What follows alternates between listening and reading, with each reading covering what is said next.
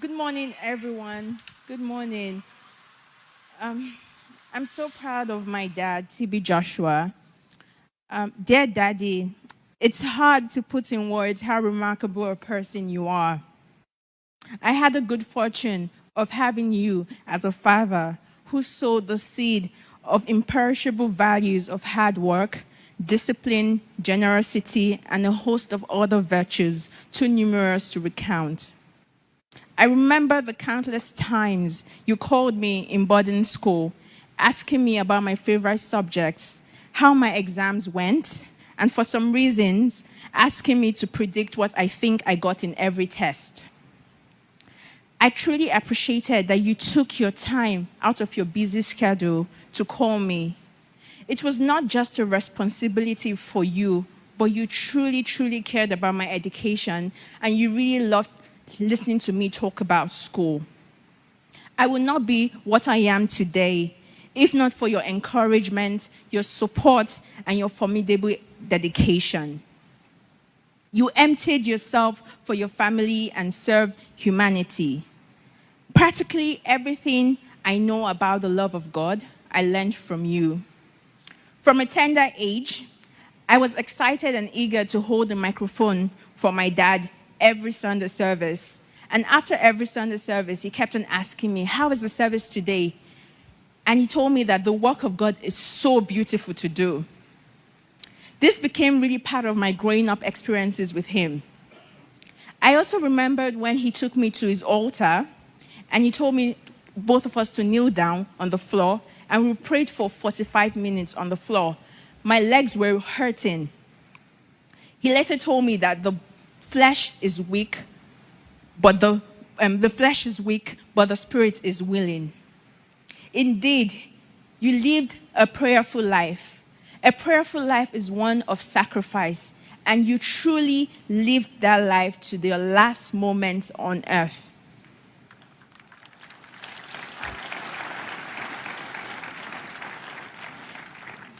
I am in awe of your love and fear of God, and I really truly understood that at a very young age, my dad would give his time, his dedication for this work. I would truly miss your conversations with me on a daily basis about life and moral. Daddy, as it was typical with you, your conversation always retained a sense of humor and mystery. If anyone lived a fulfilling and yet deliberately enigmatic life, it was you. I will truly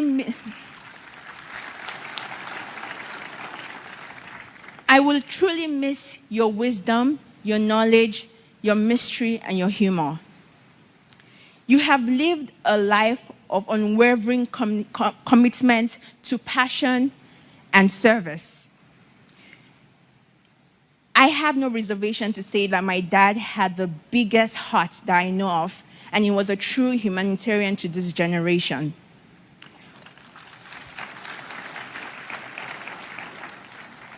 What a feat you have left for all of us to live up to. I'm still surprised to hear about all the condolence messages from people around the world concerning your compassion. Even some people I've never met in my life, they all testify to your compassion and your humility. What a life you lived, such a legend and an exemplary light.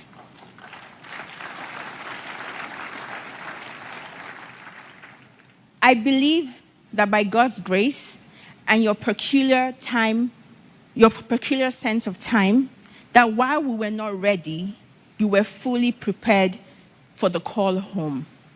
Rest in peace, Daddy. Your loving daughter, Sarah.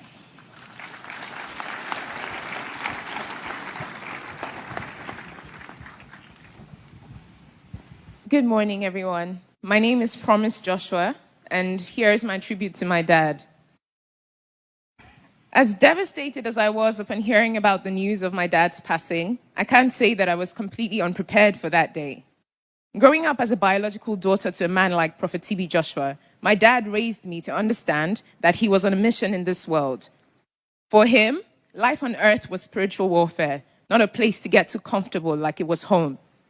He essentially lived each day like it was his last, with most of his time spent at his prayer mountain, utterly focused on executing an assignment that only him seemed to be in the know of what the instructions were. Since I became more socially aware and more inquisitive about my dad's life, I realized that the implication of such a lifestyle was that once he was done accomplishing what he was sent for, he will be called back home to the one who sent him. I must say that my dad did an excellent job at preparing me mentally, emotionally, spiritually, and even physically for a moment like this. I remember the conversations we had, particularly last year, when I spent over a year with him at his prayer mountain, right before he eventually released me to pursue my master's. He said to me, "Before I release you, you have to spend nothing less than 6 months with me. Then you can go and do whatever you want to do." I ended up spending over a year with him. I saw him almost every day of that year. He'll tell me about how I needed to strengthen my relationship with God, carried me along at least 3 out of the countless times that he dedicated to prayer in a day. Most mornings, he would wake me up, would do our morning exercise routine, and we would have conversations about the most random topics. There was no aspect of my life that he didn't try to leave a positive footmark on in that year. By the time he was done with me and ready to release me back into the world, there was this sense of fulfillment that I observed in both of us. In retrospect, the memory of this moment is a place where I find solace now that he has passed on. I remember our trips to Arigidi Akoko, Ondo State. He made sure that I was present when he was visiting the old people in town. He would ask me to kneel with him as we kindly asked the elders to accept our gifts. They would pray for us. He would look at me and say, "This is the good life." I remember our trips from his new side to his old side. I would fall asleep in the car, and he would always make a point to wake me up to ensure that I was observing my environment, to see the reality of life for thousands of Nigerians. He'll tell me never to think that I was more deserving of the life that I had as a result of the grace of God in his life than the people that were on the street. For me, this was an important lesson that shaped my perspective and daily interactions. Lastly, Daddy, I want to say thank you for being such an exceptional role model. Your life is a living testimony of how God can raise a young boy from an underprivileged background with so much passion and zeal for God's work and use him in extraordinary ways.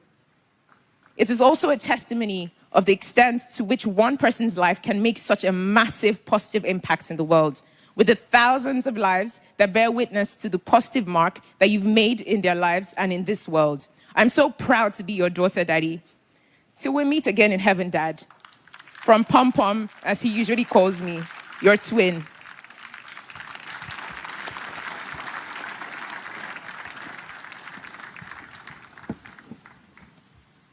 Hello, everyone. I'm Hart. I'm Prophet TB Joshua's daughter, and I would like to start by thanking everyone for coming out and celebrating my father's beautiful life.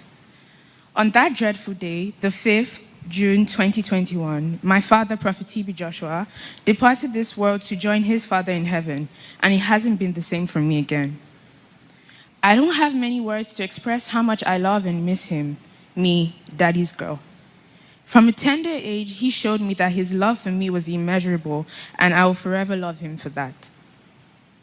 In the world where men were seeking fame, my father had a dedicated group of men, women, boys, and girls who loved the very ground which he walked on. He was clean in heart, in body, and mind, and I shall never forget the special smile, caring heart, and forever warm embrace.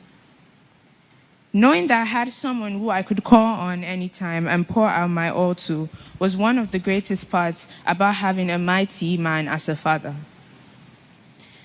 My father was an extraordinary person. He was not only the best role model, but he volunteered in his free time. He wasn't okay with only being a wonderful father, but he gave back to the world and helped those who were in need.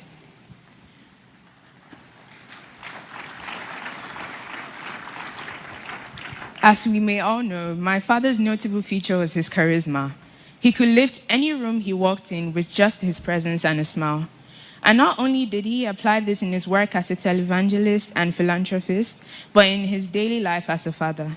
My father always had a smile on his face regardless of any situation and would never let anything trouble him.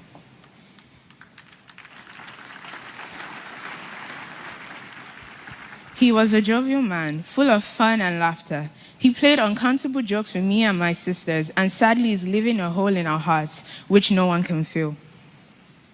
One of my favorite memories with my dad was the time when he got me my first bike. I was elated and bouncing with joy. I had been pressuring him countless times for a bike, but he pushed me aside, so I guessed he didn't want to get it from me. I tried my best to make him aware of the fact that I was angry by making odd faces in front of him. He was provoked by the fact that I was provoked by the fact that he would hug me irrespective of the tantrums I threw and still show me all the love and attention he did. So on the day I saw the big, beautiful purple bike in front of the car which had just dropped it, I ran directly to his room and gave him a big hug, showering him with thanks.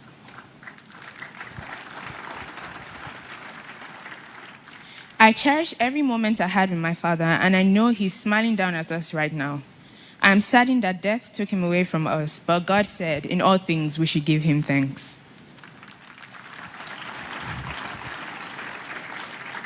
His death has left a scar in our hearts, but his legacy will stand in our lives. I feel so grateful to have had as much time as I had with him, and I will always remember having the most ambitious and remarkable father. My father was the most important person in my life, and I feel heartbroken to no longer have my father and spiritual figure with us. His memory will not only carry on in my heart, but in the hearts of everyone lucky enough to have known a delightful and astonishing man like Prophet T.B. Joshua. I am confident that we will meet at the feet of Jesus on the resurrection morning.